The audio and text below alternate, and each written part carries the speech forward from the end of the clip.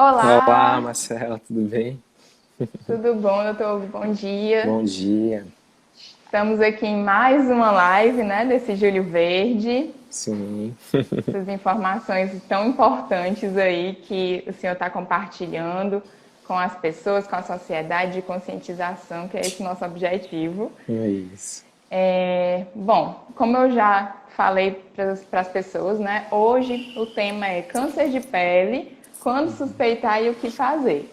E aí, doutor Hugo, é muito interessante porque a pele é um órgão, né, que nós temos, o maior deles. E Sim, muitas vezes a gente esquece, assim, de olhar também para essa parte. Quando se fala em câncer, né, se fala em prevenção, em estar atento à saúde, é muito como a gente pensar no que tem dentro, mas o que sim. tem fora É, também é importante de ser olhado e cuidado.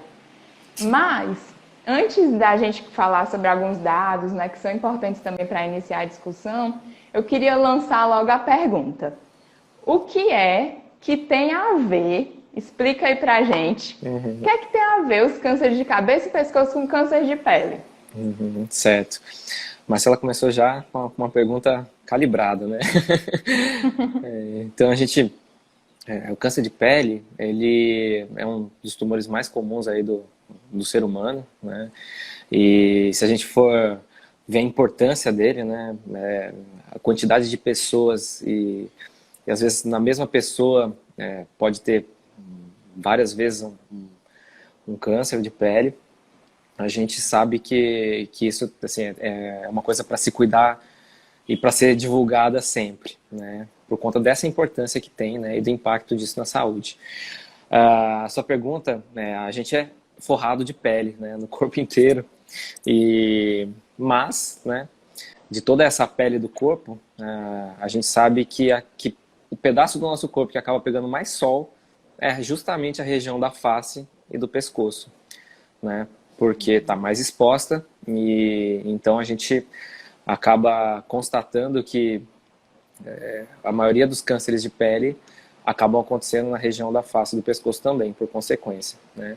Se a gente pegar estatisticamente, de cada 10 pacientes que chegam com câncer de pele para o médico, 8 são na área da cabeça e do pescoço.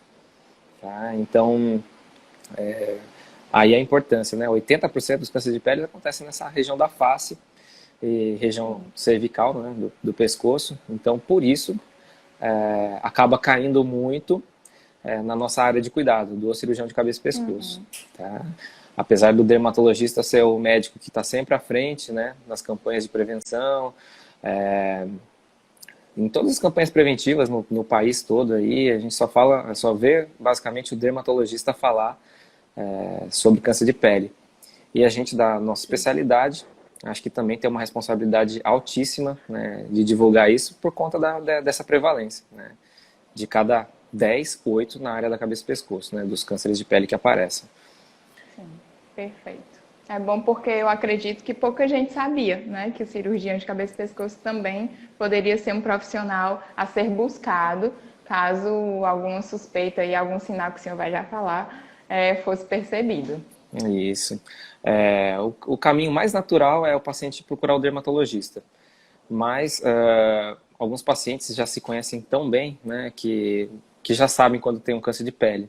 A gente tem pacientes muito clarinhos, né, com a pele muito clara, e que tem uma tendência, né, maior de ter câncer de pele. Então, essas pessoas, eu penso em alguns pacientes, né, eles já sabem quando ele tem um, já conhece se autoavaliar e acaba me procurando diretamente, né, ou então procura o cabeça e pescoço diretamente, tá?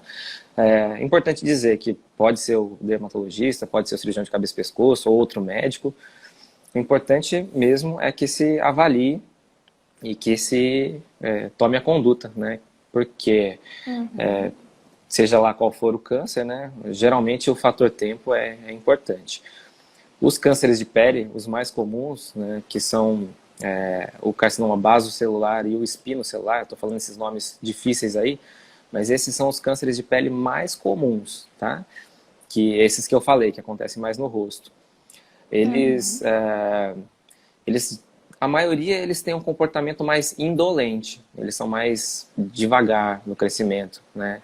E às vezes a pessoa vai postergando, vai deixando o tempo passar, não está incomodando, não está doendo, e o tempo vai passando. Mas eu digo que na região da face e do pescoço, qualquer milímetro faz muita diferença, né? Imagina um tumorzinho crescendo no nariz, por exemplo, né? O nariz é uma área que a pele não tem uma distensibilidade muito grande.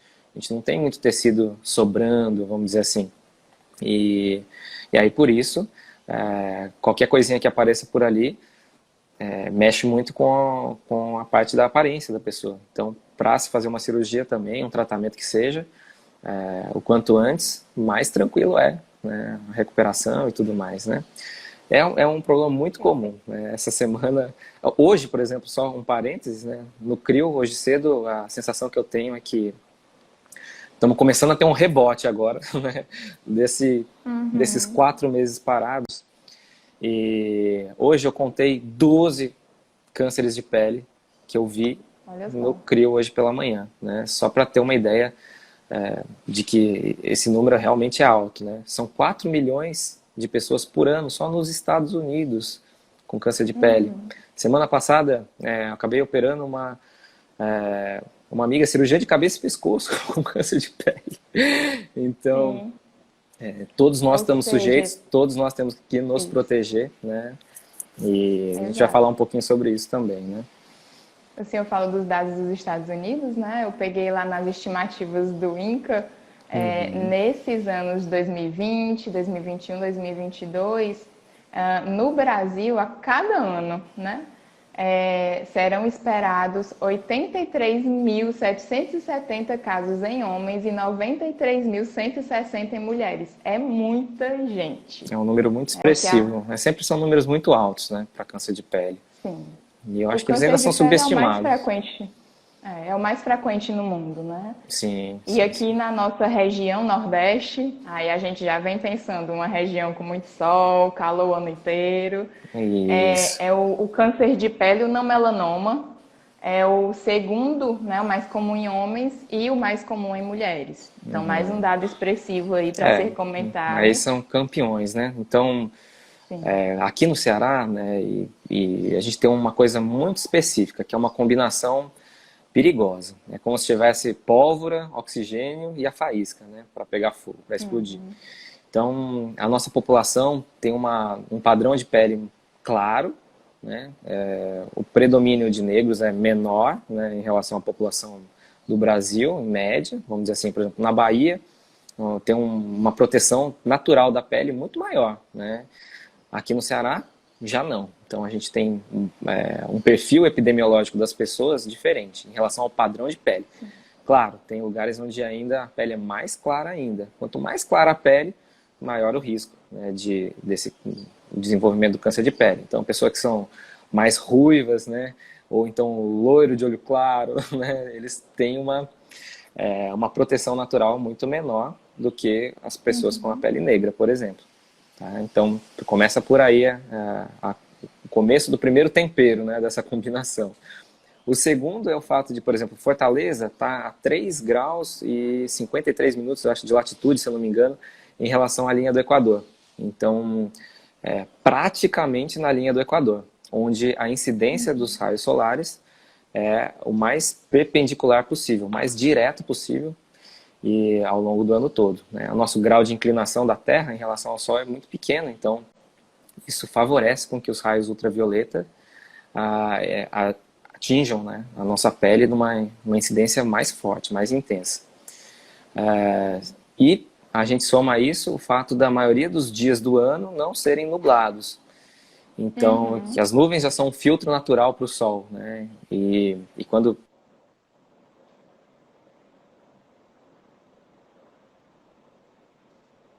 Deu uma travada, doutor Hugo.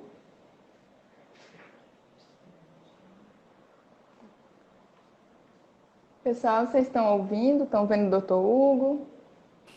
Um pequeno problema na conexão, acho que voltou. Voltou. Então, a incidência dos raios solares é desprotegida naturalmente, né, na maioria dos dias. E se soma a isso, muita gente trabalhando na agricultura, né? E de modo ocupacional, tá lá no interior e acaba não se protegendo do sol. Então, juntando tudo isso junto, né, a gente acaba chegando a essa incidência elevadíssima de casos de câncer de pele, tá? Dos não melanoma que a gente estava falando. O senhor quer falar um pouquinho da diferença, que existem alguns tipos de câncer de pele, né? Não é só um. Isso mesmo. Basicamente são 3 tipos, tá? O melanoma e os não melanoma, que são 2, aqueles que eu falei, o basocelular e o espinocelular. Esses 2 primeiros são esses que a gente está falando agora, né? Que tem a ver com a incidência do sol mais direto no rosto e tudo mais, né? O melanoma, ele já é aquele tipo de câncer de pele que ele dos sinais das manchinhas pretas, tá? Então a gente tem lá uma lesão, né, enegrecida ou mais escurecida na pele, né? E aí a gente tem que estar atento para alguns sinais, né, sobre essas lesões que podem nos alertar, né, que possa ser um melanoma. Que são, assim, didaticamente a gente tem um jeitinho de contar isso, né, que é o ABCD, né, que você deve ter visto aí,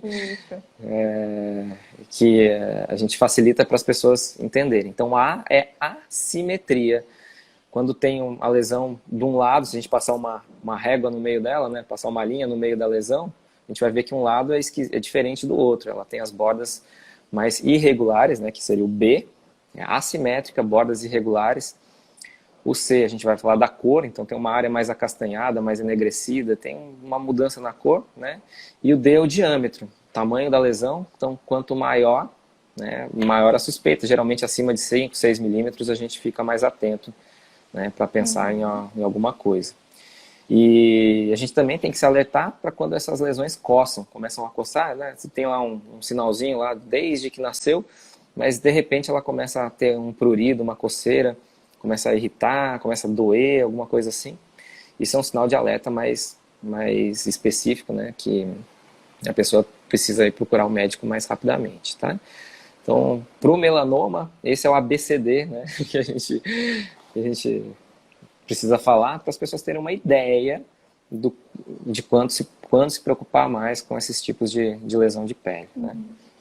Ou seja, é uma avaliação que não é só o médico que faz. A pessoa observando suas manchas, seus sinais, pode dar uma olhadinha nesse ABCD e ver como é que tá, e aí de repente já procurar essa assistência. Isso, eu sempre falo que a gente conhecer o nosso próprio corpo vai acabar nos ajudando, né? Porque a gente está mais atento, está mais presente e a gente consegue notar essas alterações mais rapidamente. Não tem ninguém melhor para cuidar da gente mesmo do que nós, né?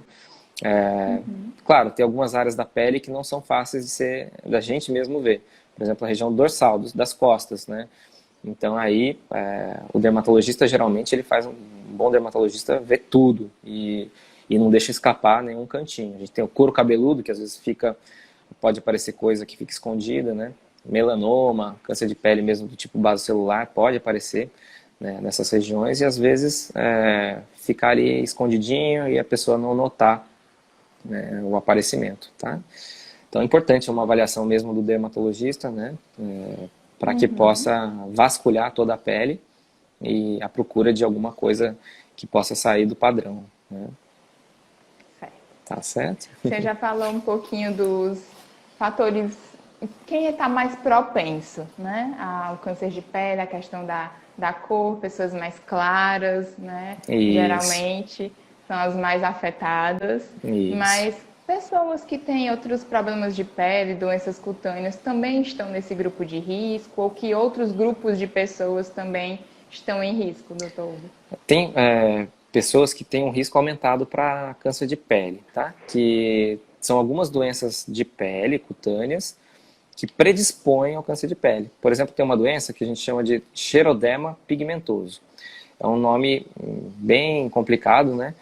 Mas é uma doença de pele em que o DNA, existe um problema do DNA. E aí a pessoa não consegue fazer quando acontece o dano, o corpo não consegue corrigir. E aí existe uma predisposição para o desenvolvimento, né? A gente tem poucos pacientes, felizmente, né, com esse tipo de problema por aqui, mas um paciente com esse tipo de doença morando no Ceará é complicadíssimo, porque aumenta muito a chance de câncer de pele. Pacientes albinos, né, que tem aquela pele sem melanina, então não tem proteção praticamente nenhuma. A pele é claríssima, o olho é claro, então esses pacientes tendem a ter câncer de pele numa frequência maior do que a população geral. Pacientes imunossuprimidos, né, paciente com uma doença que tem que tomar medicamentos para manter a imunidade mais controlada, eles também têm uma predisposição aumentada ao câncer de pele. Também tem que ficar mais de olho, né, mais atento com a própria pele. Então, basicamente são esses os fatores. O tipo de pele mais clara que você falou, né? Esse é o número 1, porque não depende de doença, é só mesmo padrão físico, externo da pessoa. E o padrão da proteção solar, né? Então, a gente está num lugar onde há uma exposição maior. E aí, eu acho que um dos pontos críticos da nossa conversa aqui é sobre a proteção, né? Como fazer para evitar, né, que o sol acabe levando ao câncer de pele. E as pessoas já ouvem muito disso, né? Então, a gente vai reforçar aqui. Então, a primeira coisa são as barreiras físicas. Então, boné, chapéu, sombrinha, ficar sobre uma área que tenha uma proteção, uma barraca de praia, por exemplo, né? Que tenha alguma cobertura, né? Isso tudo vai ajudar na proteção. Mangas mais compridas, né? Paciente que está na agricultura, trabalhando lá todo dia, né? Se tiver aquelas camisas, né? Mangas mais compridas, com proteção contra raio ultravioleta, isso seria uma coisa também a ser feita. Isso aí são barreiras físicas que a gente está falando. Tem uma barreira física que é essencial e que às vezes as pessoas esquecem, que são os óculos. Então, os óculos de sol, eles são também fundamentais, né? É importante que os óculos tenham lentes de boa qualidade, que protejam contra os raios UVA e UVB. Eu brinco que a armação pode ser até não ser das melhores, mas as lentes, elas precisam ser de boa qualidade, porque senão o que acontece às vezes é o contrário, né? Uma lente ruim faz a pessoa se expor mais ao sol, porque está tranquilo, né? Não está sentindo muito a claridade. Aí ela se expõe mais e aí os raios ultravioletas atravessam ali e acabam machucando mais, tá? Então, as lentes de qualidade são muito importantes. E o protetor solar, né? Que é chave aí nessa conversa. Então, o uso do protetor solar, a gente precisa reforçar que ele ajuda, né, na proteção ao sol e mesmo à luz natural, né? Quem já teve muito câncer de pele, acaba que tem que se proteger também dessa luz natural, que às vezes acaba sendo... O paciente que tem esse xeroderma pigmentoso, a luz natural pode causar câncer de pele nelas, né? Na gente não, a gente tem uma proteção aumentada, mas em pessoas de maior risco, até mesmo a luz natural pode ser um fator de risco, tá? Mas o protetor solar, o recado é que a gente tem que ser passado, tem que ser reaplicado, né? De tempos em tempos, porque a sudorese, a exposição à água, elas podem varrer, né, o protetor do corpo da pessoa. Hoje existem milhares de marcas, de tipos, né? Se for numa farmácia hoje, vai achar, sei lá, não sei. Dá para ter, eu acredito que centenas, dá para dizer nesse centenas de tipos de protetor solar. Então, aqueles que se fixam mais à pele, que são mais resistentes à água, que tem uma proteção tanto contra raio ultravioleta, UVA e UVB, né? Os dois tipos, né? E também as certificações, né? Quando vem lá na embalagem dizendo certificado pela Sociedade Brasileira ou Americana de Dermatologia. Então são indícios, né, de que são protetores solares de melhor qualidade. Claro, né, para cada tipo de pele, para cada situação específica, existe um protetor melhor, né? E aí, nesse caso, ninguém melhor do que o dermatologista para fazer esse tipo de indicação, né? A gente, cirurgião de cabeça e pescoço, a gente acaba fazendo essa indicação, né? Mas não com tanta propriedade quanto o próprio dermatologista, tá? Mas eu falo assim pessoal, que o importante é usar, né? Mais importante do que ficar escolhendo assim com tanto critério assim o protetor a lição número 1 é usar, né? Usar é melhor do que não usar, junto com as barreiras físicas, né? Essa aí é uma... E pra gente que mora aqui, né, numa cidade tão iluminada, numa Isso. região tão iluminada, tem que virar hábito, né? O protetor solar tem que ser um produto para passar antes de sair de casa, realmente virar um costume. Isso. Não é só indo à praia, né? E a praia é, assim, não tem nem o que se discutir. É. Mas é importante que também seja algo do dia a dia. Isso. A gente, nesse Julho Verde, a gente tenta implementar nas pessoas bons hábitos, né? E remover os hábitos ruins. Só com bons hábitos e removendo os ruins, a gente consegue, olha, evitar a maioria dos cânceres, né? Poucos não têm tanta influência sobre o que as nossas ações não vão influenciar em alguns, né? Mas a maioria são influenciadas pelas nossas ações. Isso que você falou é uma coisa importantíssima, né? É um hábito maravilhoso, principalmente no rosto, né? Sim. A pessoa acordar, sei lá, tomar seu banho e na sequência, passar o protetor solar. Do mesmo jeito que escova o dente, né? Do mesmo jeito que toma água, né? É um hábito a ser implementado e fazer parte do dia a dia. No momento que aquilo faz parte do dia a dia, a gente acaba que não pensa mais e simplesmente faz aquilo de forma automática, né? E uma coisa que eu digo que é legal é criar armadilhas para nós mesmos cairmos. Então, o protetor solar tem que fica lá no banheiro, na prateleira, lá logo escancarado para que a gente não esqueça. E se possível também coloque em outros lugares, né? Na bolsa, no carro, não sei, no trabalho, em lugares diversos. Porque a gente acaba ficando frente a frente ao protetor e acaba usando, né? Acaba que, esqueceu de manhã, não vai esquecer depois. Então, e por aí vai. Isso também serve, por exemplo, para a água, né? Eu sempre brinco com os meus pacientes que é legal que tenha uma garrafinha d'água bem cor-de-rosa choque, brilhante, assim, que chamativa, né? Cada um escolhe o jeito que vai querer ter, assim, mas um jeito que chame mais atenção, porque a gente acaba se lembrando. Eu, por exemplo, para eu fazer com que isso torne hábito, antes de começar o consultório, por exemplo, eu já começo com a garrafa d'água no meu lado.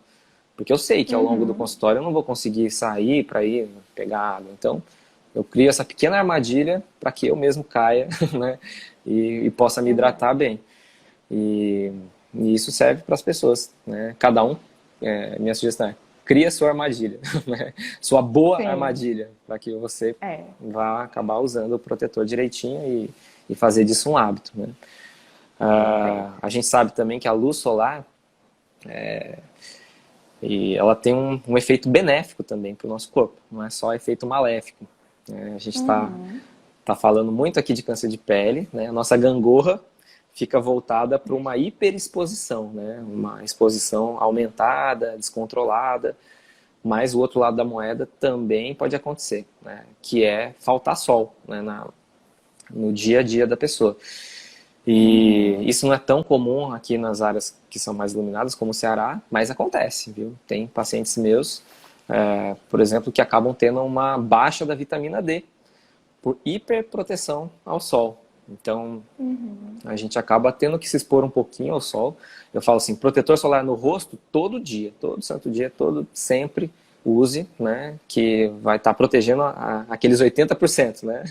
Que são 80% dos cânceres, vamos dizer assim.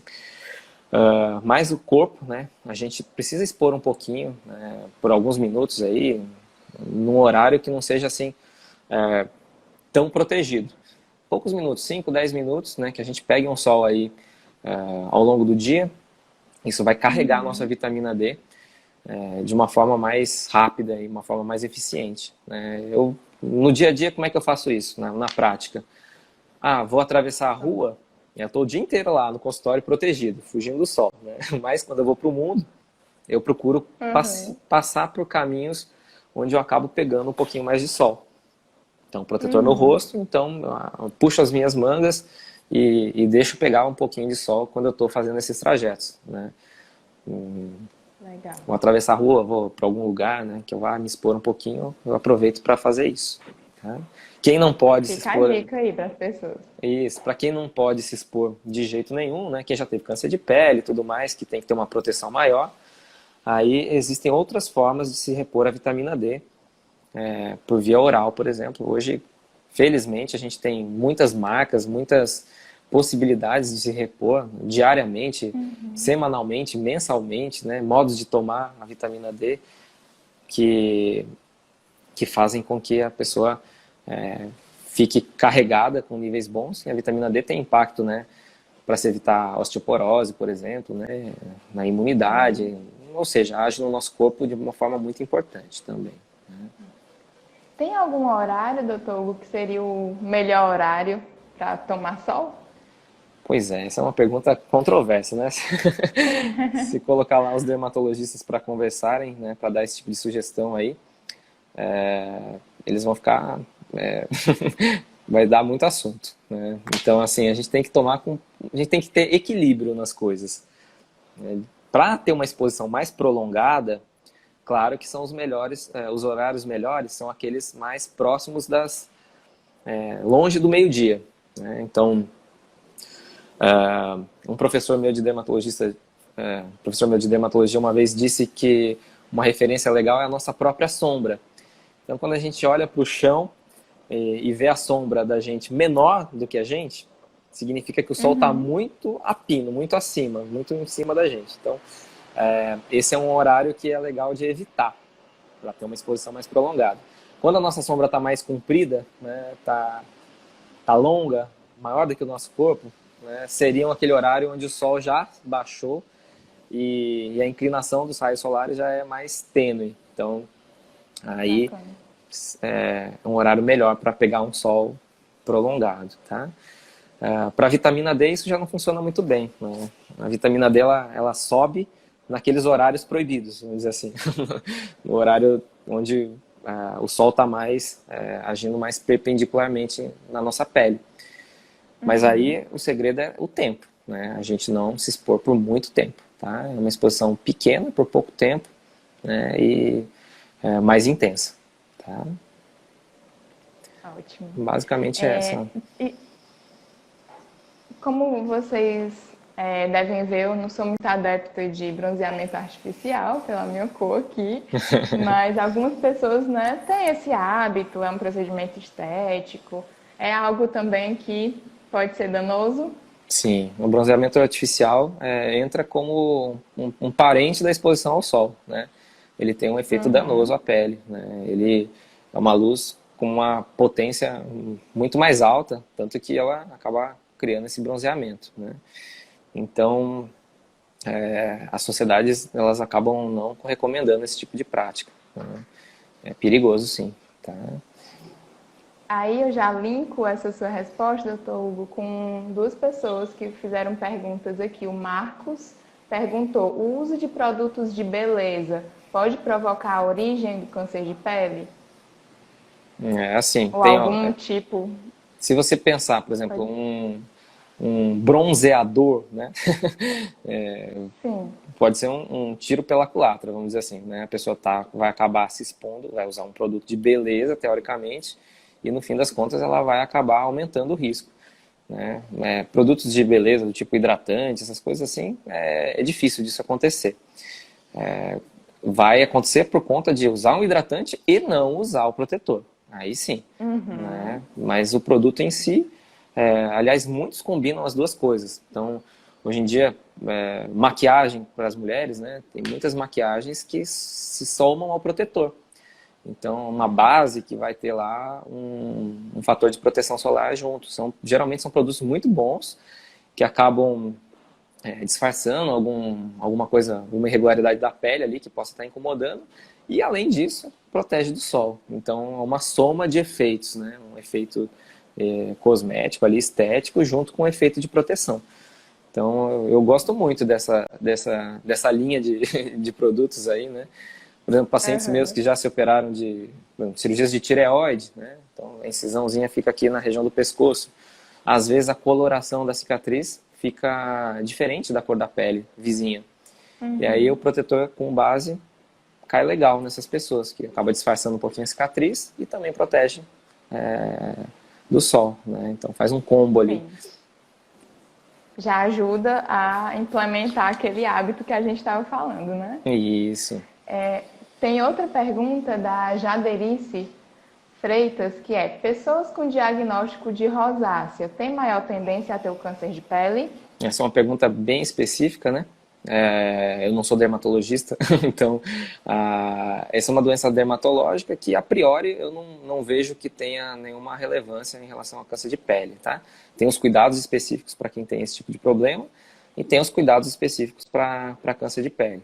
Claro, quando for ao dermatologista, vai acabar tendo que perguntar a ele qual seria o melhor protetor no seu caso que tem esse tipo de problema de pele, tá? Que com certeza tem coisas mais específicas. Tem peles que são mais oleosas, peles que são mais secas, então quem tem pele oleosa vai acabar encaixando melhor aqueles protetores do tipo gel, que não são tão oleosos. Então, muita gente reclama aqui que não usa o protetor porque ele escorre. Então a pessoa passa aqui na região frontal da testa, e aí com o passar do dia, principalmente homens, né, são mais resistentes a usar.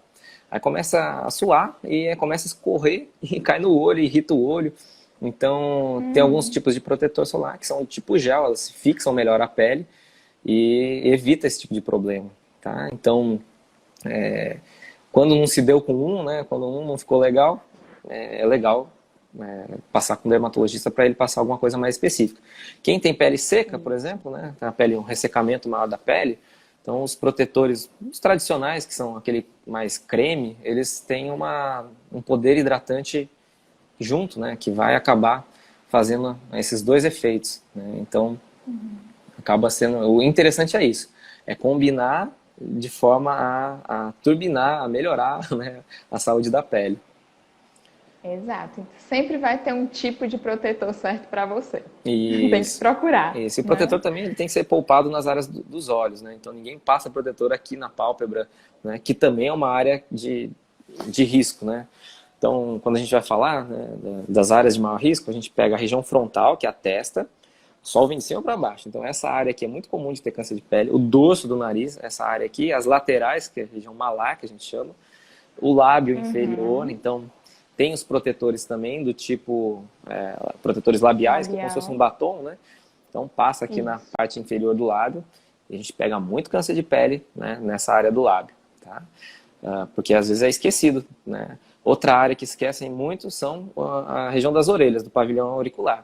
Quem tem cabelo mais comprido acaba cobrindo, mas muita gente não tem, e aí essa área acaba ficando exposta e a gente pega muito câncer de pele na pontinha da orelha também, por conta dessa exposição. Assim, a pessoa passa protetor no corpo inteiro e esquece dali, né? Então vale lembrar.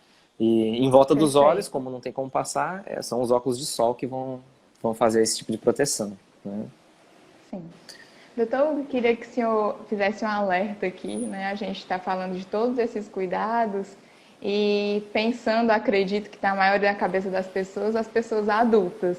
Mas as crianças precisam também se cuidar desde pequenininhas, porque quanto mais tempo também se expondo ao sol, mais risco, né? Isso. Então, vamos atentar também para as crianças. Isso, o sol tem um efeito cumulativo, tá? Do mesmo jeito que o cigarro, né? Ele tem um efeito que quanto mais tempo a pessoa vai se expondo àquele fator, vamos dizer, as mutações vão se acumulando ao longo da vida. Então, a proteção, ela começa até com uma forma educativa com a criança, né?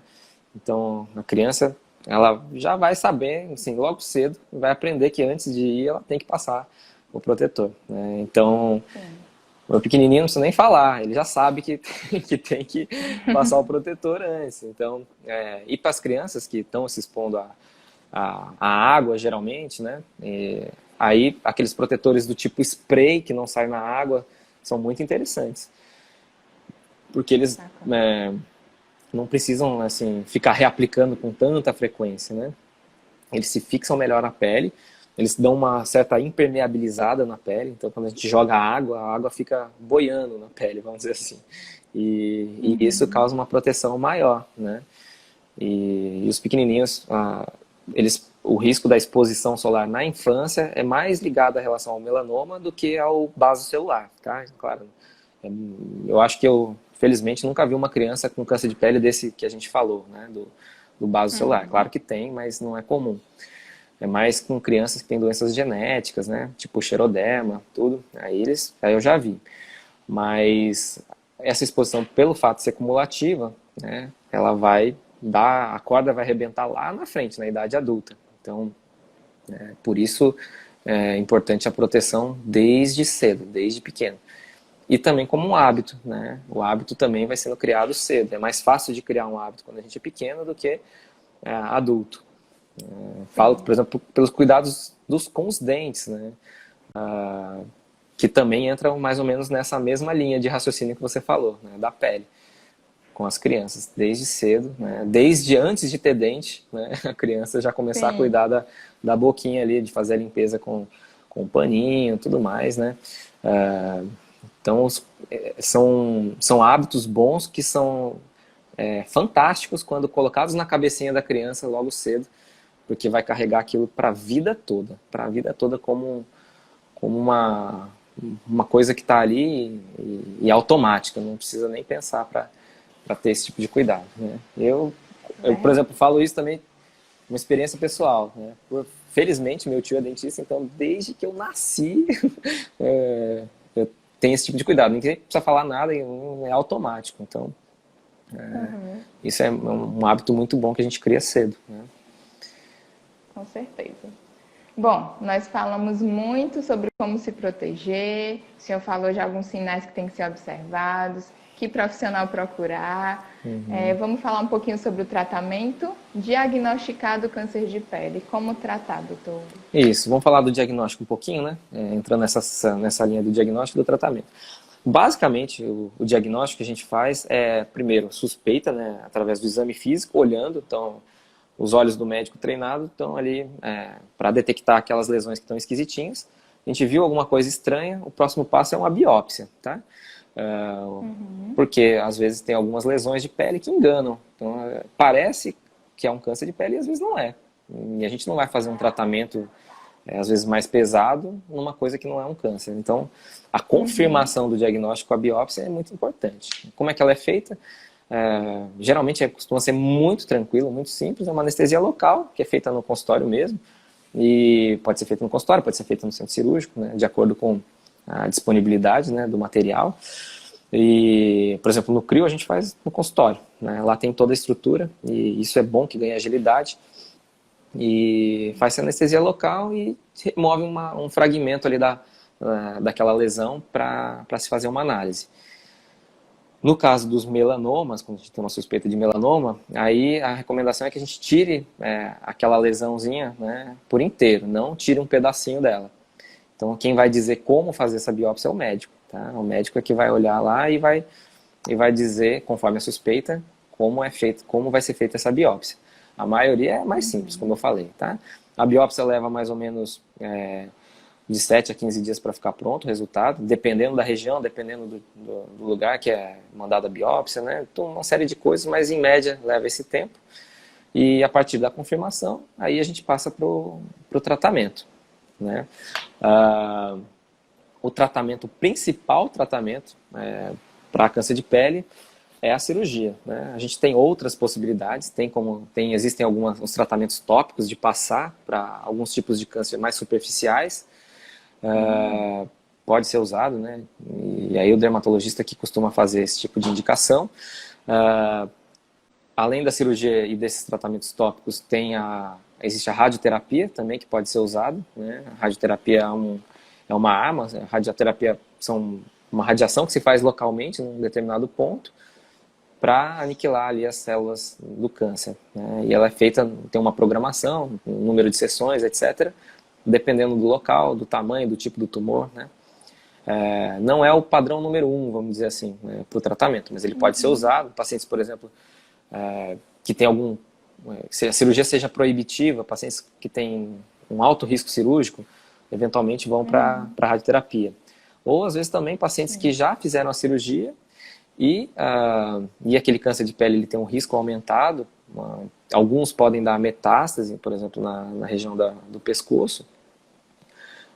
E aí pode ser que seja necessário, além da cirurgia, a radioterapia para complementar o tratamento. Tá? Ele entraria não só como um tratamento do tumor, mas como um tratamento complementar, tá bom? A radioterapia. E hoje a gente também, infelizmente, a gente tem alguns medicamentos de altíssima tecnologia, que são alvo molecular, baseados na biologia tumoral, e que estão em pesquisa, outros já estão no mercado, e que às vezes ajudam naqueles casos que antes eram impossíveis, que seriam lesões muito avançadas, que não teria mais como operar, e aí a gente consegue reverter já com esse tipo de medicamento, né? Que é uma mudança de paradigma, uma quebra de paradigma, que a gente fica bem esperançoso, né, para o futuro de ter outras coisas desse tipo. Vale dizer que o Brasil é um dos campeões do mundo de cirurgia crânio-facial por conta de câncer de pele, tá? É uma coisa que não é pra gente ter orgulho, né? E a gente tem visto esse panorama, felizmente, mudar, e as coisas estão melhorando. As pessoas, com a divulgação das informações, estão chegando mais cedo até nós, né, aos médicos, e a gente está fazendo o diagnóstico mais cedo, e esse panorama está mudando, né? A região do rosto, ela tem uma coisa que ela tá muito próxima do crânio, né, e da região do cérebro. Então, às vezes, lesões no cantinho do olho, na entrada do nariz, na entrada da orelha, elas tomam como se fosse um passaporte secreto, né, atalhos para a região da base do crânio, que a gente chama. E aí a coisa muda completamente de figura, né? E aí a complexidade dos dias e dos tratamentos muda também. Tá? E é tudo que a gente não quer que aconteça, né? É a motivação maior, né, do Júlio Verde. A gente está atento, né, para essas lesões de pele. E a dica é essa, de estar cuidando da pele todo dia, fazendo a prevenção nas coisas que estão nas nossas mãos, de proteção ao sol, de barreiras físicas, mecânicas e uso do protetor solar. E quando alguma coisa aparece que está esquisitinha, que não está melhorando, né, tirar a dúvida com o médico. Tá? Uma acne, né, a pé, espinha, para melhorar, aquilo ali melhora. Vai sumir de um canto, aparecer em outro, né? Mas uma mancha avermelhada ou rosada, mais elevada, né, que não está sarando, a gente tem que ficar atento. Uma coisa que eu não falei é sobre as características, né, do câncer de pele, do não melanoma. Então, vamos falar aqui rapidinho também, que eu acho que é importante, tá? Tem a descrição clássica dos dermatologistas, né? Cada tipo tem um jeitinho, né, diferente, né, de tumor, mas o principal é uma área mais elevada da pele, né, que a gente chama de nodular, é o mais frequente. Geralmente ele é mais brilhoso, os dermatologistas chamam de perláceo, tem um brilho, né, na lesão. E elas têm também, às vezes, uns vasinhos pequenininhos ali, que a gente chama de telangiectasias. São uns vasinhos minúsculos, né, que você vê ali, é uma neovascularização. Aquele tumor está crescendo, as células estão se multiplicando, e ela puxa sangue para ela. Então aparece aqueles vasinhos ali, muitas vezes, ali por perto. E às vezes o tumor, ele cresce, e aí ele começa a ter uma necrose no miolinho dele. As células do miolinho daquele tumor, de modo relativo, o sangue não chega tão bem ali, porque o consumo é muito alto, né, do oxigênio e dos nutrientes. E aí ele começa a formar uma úlcera, forma uma área mais deprimida no meio. E às vezes pode sangrar, né, pode formar uma feridinha que não sara, forma uma casquinha, a pessoa tira, forma uma casquinha ali de novo por cima, tira, forma de novo, não sara. E essas são características que a gente tem que ficar mais atento, que pode ser um vaso celular, tá? Então, das características da lesão, essa aí é a mais, acho que vamos dizer, é a mais comum. Tem outros tipos que são mais superficiais, que são mais, espalham mais e não crescem mais para cima, né? Que muitas vezes acontece mais na região do tórax, aqui do comecinho do tórax, que também é a área de exposição, né? A gente fala o V do decote, né? da camisa, né? Também é a área que pega muito sol. Então, essas áreas podem ter tumores com essas características, né? Alguns outros são mais pigmentados, são mais escurinhos, não são tão rosadinhos. E o carcinoma espinocelular vamos dizer, aquele intermediário, que não é nem o melanoma, que seria o mais agressivo, um dos cânceres de pele, e nem o basocelular, que seria o menos, vamos dizer assim. O espinocelular, ele tem um padrão intermediário, então muitas vezes ele tem um crescimento mais rápido, né, e forma áreas mais ulceradas. Forma como se fosse uma craterazinha, um vulcãozinho, vamos dizer assim, para a pessoa entender a imagem disso que eu estou falando, tá? O basocelular, ele não é um tumor que não costuma dar metástases, tá certo? Ele vai, no local, ele vai caminhando, vai, vamos dizer, comendo a pele, vai andando. Então, ele é meio silencioso, por isso que esse é o perigo dele. E aí, quando a gente vai mexer, muitas vezes tem que fazer cirurgias com uma reconstrução mais complexa, né? Na região do nariz, da pálpebra, que é super delicada, do lábio, da boca, né? Do pavilhão, da orelha. Então, são cirurgias que a gente acaba fazendo a parte oncológica, de dar as margens de segurança, mas também tem uma parte reconstrutiva muito importante, né? De manter a função, né, daquela região, né? E também de manter a estética, né? Então, são áreas que o cabeça e pescoço age, né? E a gente acaba tendo uma formação, um pouquinho de cirurgia plástica, né? E um pouquinho da parte oncológica, tudo misturado, né? Por isso que a gente é muito procurado, né, para tratar essas lesões. O melanoma não. O melanoma já é um tumor que já costuma dar metástases. Então, às vezes aquela manchinha pretinha, pequenininha, parece inocente, ela rapidinho pode se espalhar para o corpo, né, para a corrente sanguínea e ir para cérebro, para ossos, para pulmão. Então, é por isso que a gente tem tanto medo e por isso que a gente tem que estar sempre atento e por isso que a visita regular ao dermatologista é uma recomendação interessante, né, no sentido de proteção da saúde, né, principalmente na nossa área, né, aqui no Fortaleza, Ceará e toda a região Nordeste. Ótimo. Desembestei a falar aqui, né, Marcela? Não, perfeito. Mas fala tudo que precisa, né? Dos pontos que eu pensei foram esses, mas se quiser acrescentar mais algo, fique à vontade. Eu acho que o importante, o mais importante a gente falou, né? Mais uma vez, acho que a gente conseguiu cumprir a missão, né? De dar um panorama geral, né, da doença, da importância da doença, da importância da gente poder agir e proteger o que está nas nossas mãos de fazer, né? E também como tratar, né? É importante a gente ter essa visão toda. E para as pessoas que estão aí acompanhando, acho que outro recado que a gente está passando sempre é passa para frente, tá bom? A finalidade mais importante disso aqui é a gente evitar que as coisas ruins aconteçam, né? Que chegue lá aquele paciente com a lesão avançada, que a gente vai ficar muito triste, né? E pelo impacto para a vida da pessoa, para a família da pessoa, né? Impacto econômico, todos, né? Todos. Então, a gente quer evitar isso ao máximo. Então, compartilhem, né? Compartilhe a live, compartilhe as informações do Júlio Verde. Tem muito cirurgião de cabeça e pescoço. A Sociedade Brasileira de Cirurgia de Cabeça e Pescoço está participando. Então, tem muitas campanhas informativas. E é uma arma poderosíssima que a gente tem que usar. A gente quer que as pessoas cansem de ouvir. Que tem que ser uma coisa automática, né? Que a gente vai agir sem pensar muito, né? E já vou fazer um gancho para a próxima, né, Marcela? Pronto. Só indo nessa questão de compartilhar, a live vai ficar salva no IGTV do CRIO, né? Então você pode mandar para quem você quiser, várias pessoas. Vamos aproveitar que a gente está num tempo de tanta informação que a gente tem um acesso, né, tão rápido, fácil à informação para disseminar boas e importantes informações.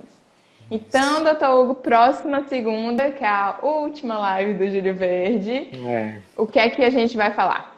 A gente vai falar sobre nódulos no pescoço, tá?